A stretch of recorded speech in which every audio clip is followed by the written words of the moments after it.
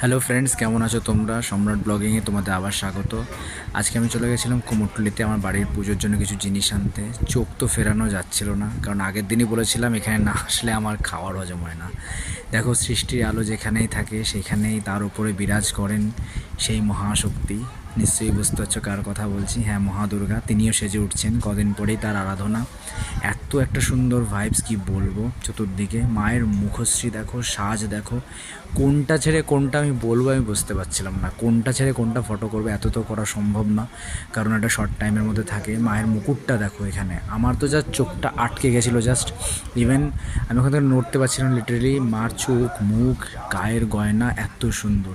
মায়ের গায়ের রঙও বিভিন্ন, সেই রামপ্রসাদের গান, শ্যামা কখনো শ্বেত, কখনো পিত, কখনো নীল রোহিত। ঠিক সেরকমই বিভিন্ন রঙের মা, মানে যেদিকে তাকায় শুধু দেবীময় অবস্থা।